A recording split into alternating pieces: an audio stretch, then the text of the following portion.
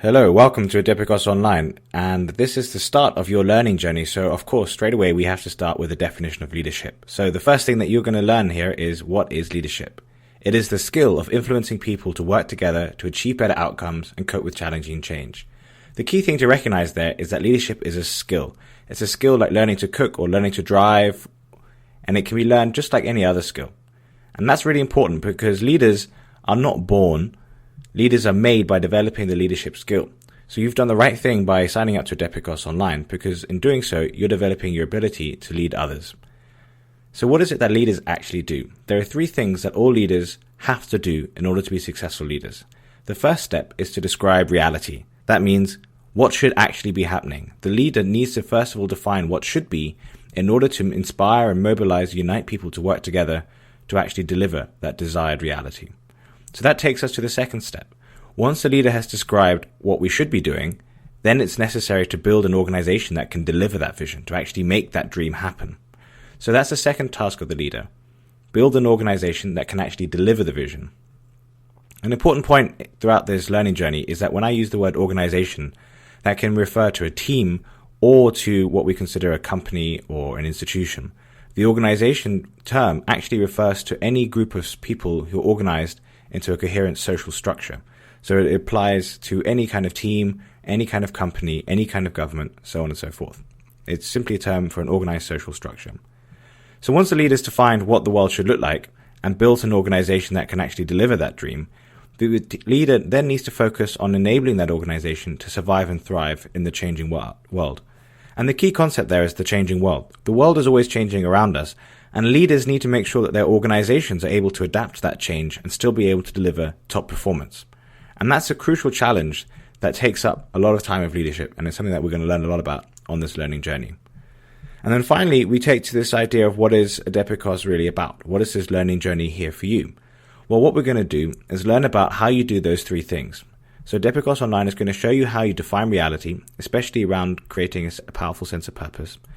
Secondly, you're going to learn about how to build an effective organization that can actually deliver that dream. And then thirdly, we're going to be looking at different ways in which organizations can survive and thrive in the 21st century. The past is the platform upon which the present is built. So we have to look back in time in order to understand where leadership has come from. So in front of you, you can see three key concepts that we talk about in the modern day world. But these actually are historical ideas that have emerged at different points in humanity's evolution. So leadership as a skill is an ancient skill.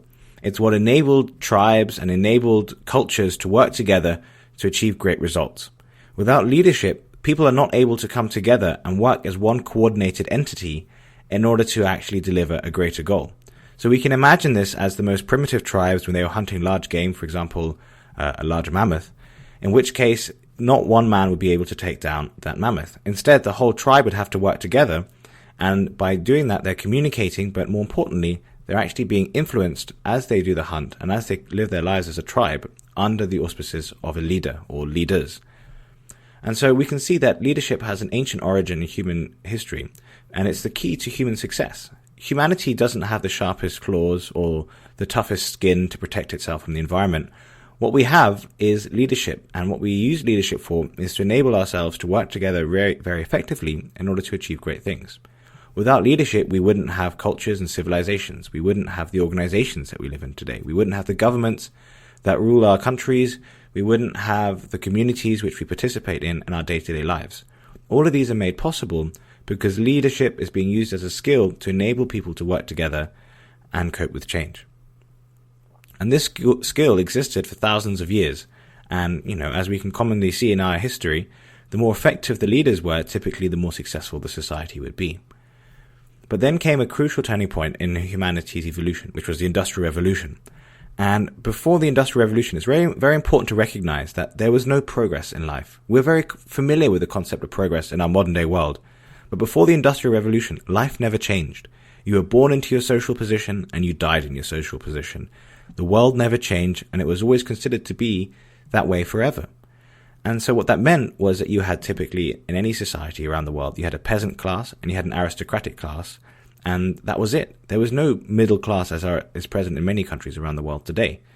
And what happened is that the Industrial Revolution allowed the emergence of the middle class through entrepreneurship. In other words, people who were willing to take a risk and inspire people to invest in them were able to achieve great things that hitherto had not been achieved before.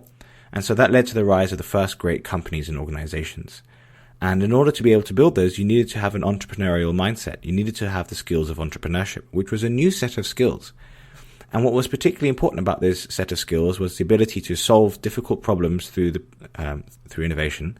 And then also, as you're building these innovative and new ideas and you're starting to work in a changing world, you need to be able to master uncertainty, because what the Industrial Revolution triggered was the beginning of continuous change. Whereas before, life was pretty constant for most people around the world, the Industrial Revolution meant that things started to change, and that meant uncertainty. And so a key part of being a successful entrepreneur is to be able to master the uncertain, the unknown, and find a way to deliver your innovative product or solution despite the uncertainty. And so what that led to was the rise of modern-day organizations as they built their factories and means of production. But what happened is that these organizations became so large and complex that they were beginning to essentially limit themselves. They were so complex that people didn't understand how to organize them. And so that's where management was born. It's important to recognize that management did not exist in the 18th century. Management was invented in the late 19th or early 20th century, depending on who you talk to. It's a skill that's specifically designed to cope with complexity. The idea is that you learn how to optimize performance by pursuing efficiency, and in doing so, you learn how to organize the very complex organization operating within its complex environment. So Napoleon, who is on the left, is a great example of someone who used their leadership skills in a military and political sense. So early 19th century Europe was transformed through Napoleon and his actions. And if we think about our definition of leadership, it's the ability to influence others to work together to achieve better outcomes and cope with challenging change. But what's crucial to recognize that is who defines better outcomes. And that, of course, is to recognize that those better outcomes are always relative, because what one leader, people perceive as being a better outcome does not necessarily apply to everyone else. And so ultimately Napoleon's downfall came about because not many other people could really buy into his vision. Secondly, we have Florence Nightingale. She's the lady in the middle. And she was someone who pioneered nursing by bringing the first field hospitals to soldiers during the Crimean War. So it's a different example of leadership here. Here's a lady who used her influence to bring together different people to work together to achieve a working field hospital that was saving the lives of troops. And without her, many men would die. And indeed, without her, the modern-day warfare would have resulted in many more deaths as a result of the lack of modern-day field hospitals. In contrast, again, in a completely different field, in the bottom we have Louis Armstrong, a famous jazz musician. So it's hard to think, well, was he really a leader? Well, I believe he was, because if we return to the definition of influencing people to work together to achieve a better outcome, Louis Armstrong used his music to try and transform perspectives on race in America. So not only was he influencing the jazz bands to work together to take a different style in producing new music, but they were also influencing their audiences to reperceive the world around them.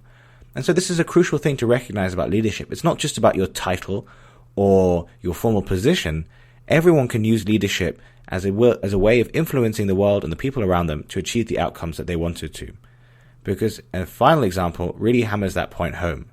This lady in the top right is called Aung San, and she is the opposition leader in the country called Burma or Myanmar, depending on which perspective you want to take on that situation. And she's a lady who's been through many challenges and has faced and has received a Nobel Peace Prize for efforts of bringing a democratic transition to her country. Now, she's a lady who has lived under house arrest for many, many years.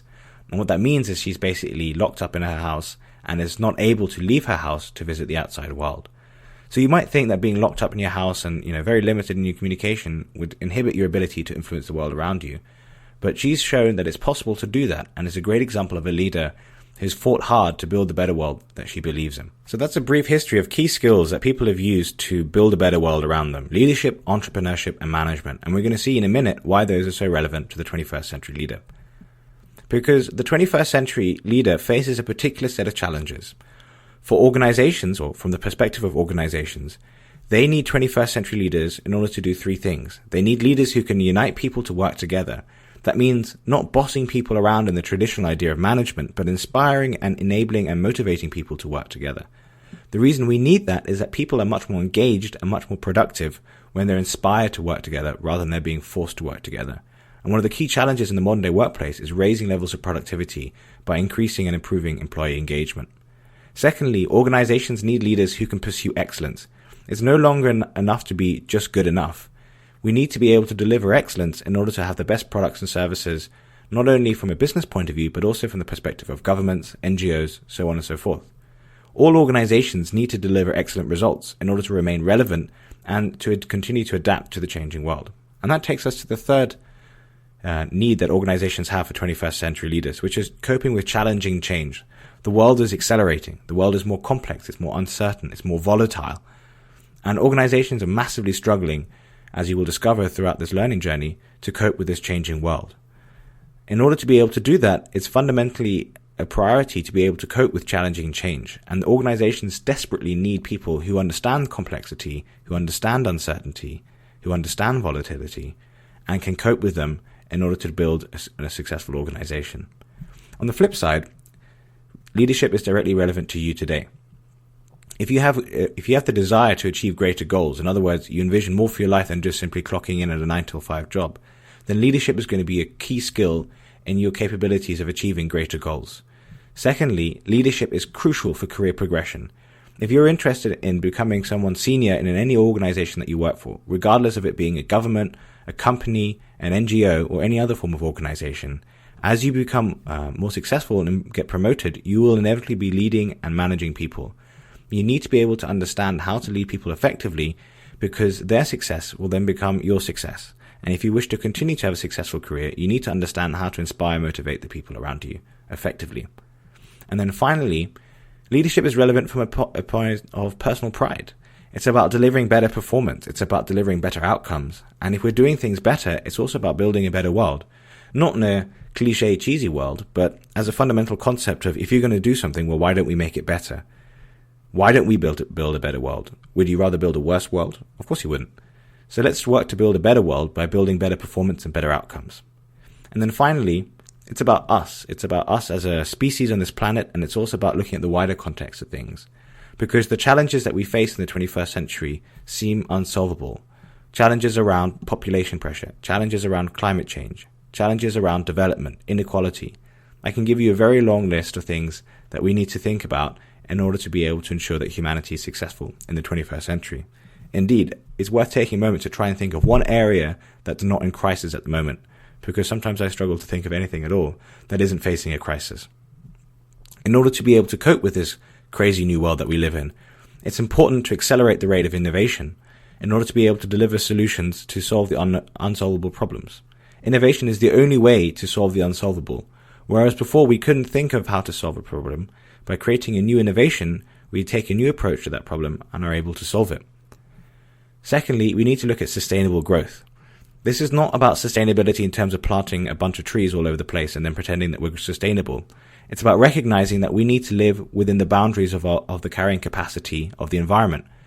If we grow faster or take the resources out of the environment faster than they can be replenished, then it's inevitable that our societies will struggle as resources become constrained and conflict will emerge. So it's crucial to find a way for sustainable growth, not just for our cultures, but also for our companies.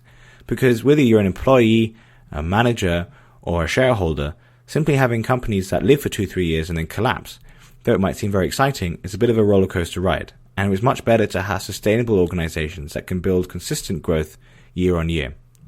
Finally, it's about recognizing that we need to deliver positive impact. Their mindless pursuit of profit does result in the disastrous consequences of the race to the bottom. We can't simply pursue efficiency for its own sake. We have to recognize it is about a bigger thing, and that's part of the responsibility of leadership, making a positive impact on the environment. So to do that, we actually have to cope with this accelerating complexity, change, and volatility that I've talked about. And the only way that we're able to do those things is to find a way to deliver faster and better performance.